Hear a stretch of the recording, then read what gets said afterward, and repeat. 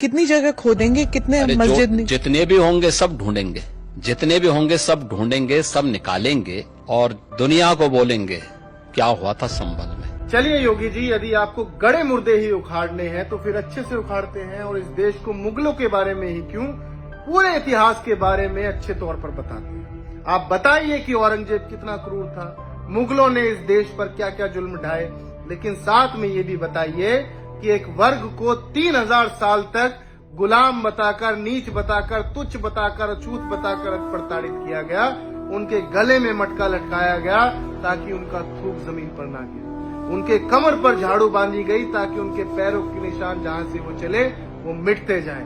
उनको शिक्षा का अधिकार नहीं था, उनको पूजा पाठ का अधिकार नहीं था, उनको मंदिरों में घुसने का अधिकार नहीं था, उनकी बहन बेटियों को उनके खुद के स्तन ढकने का अधिकार नहीं था, उनकी बहन बेटियों की इज्जत लूटी जाती थी, मल मूत्र उठाने के अलावा दूसरा कोई कार्य उनके लिए नहीं था, उनको कुएं से पानी पीने का अधिकार नहीं था, कोई श्लोक वो अपने मुंह से नहीं दोहरा सकते थे, जबान काट ली जाती थी, कोई श्लोक वो गलती से सुन ले किसी को दोहराते हुए तो उनके कानों में शीशा पिघला कर डाल दिया जाता था।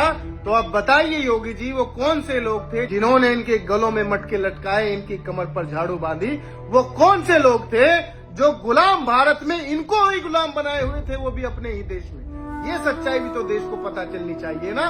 और वो तो भला हो बाबा साहब भीमराव अम्बेडकर का, जो इस देश का संविधान लिख गए, जो जिससे इन दलितों को पढ़ने का, आगे बढ़ने का, मंदिरों में जाने का, बड़े बड़े पदों पर बैठने का अधिकार मिल गया।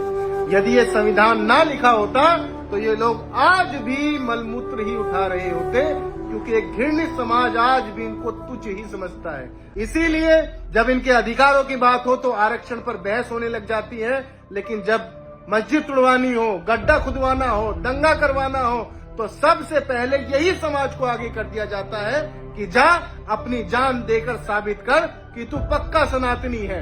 लेकिन मैं कहना चाहता हूं अपने दलित भाइयों से कि जागिए, इन बहराइच से, संबल से, दंगों से, हिंदू मुस्लिम से, मंदिर मस्जिद से, कब्र से, खुदाई से आपका कोई भला नहीं होने वाला। आप भी जानते हैं कि आप 3000 साल तक गुलाम रहे हैं।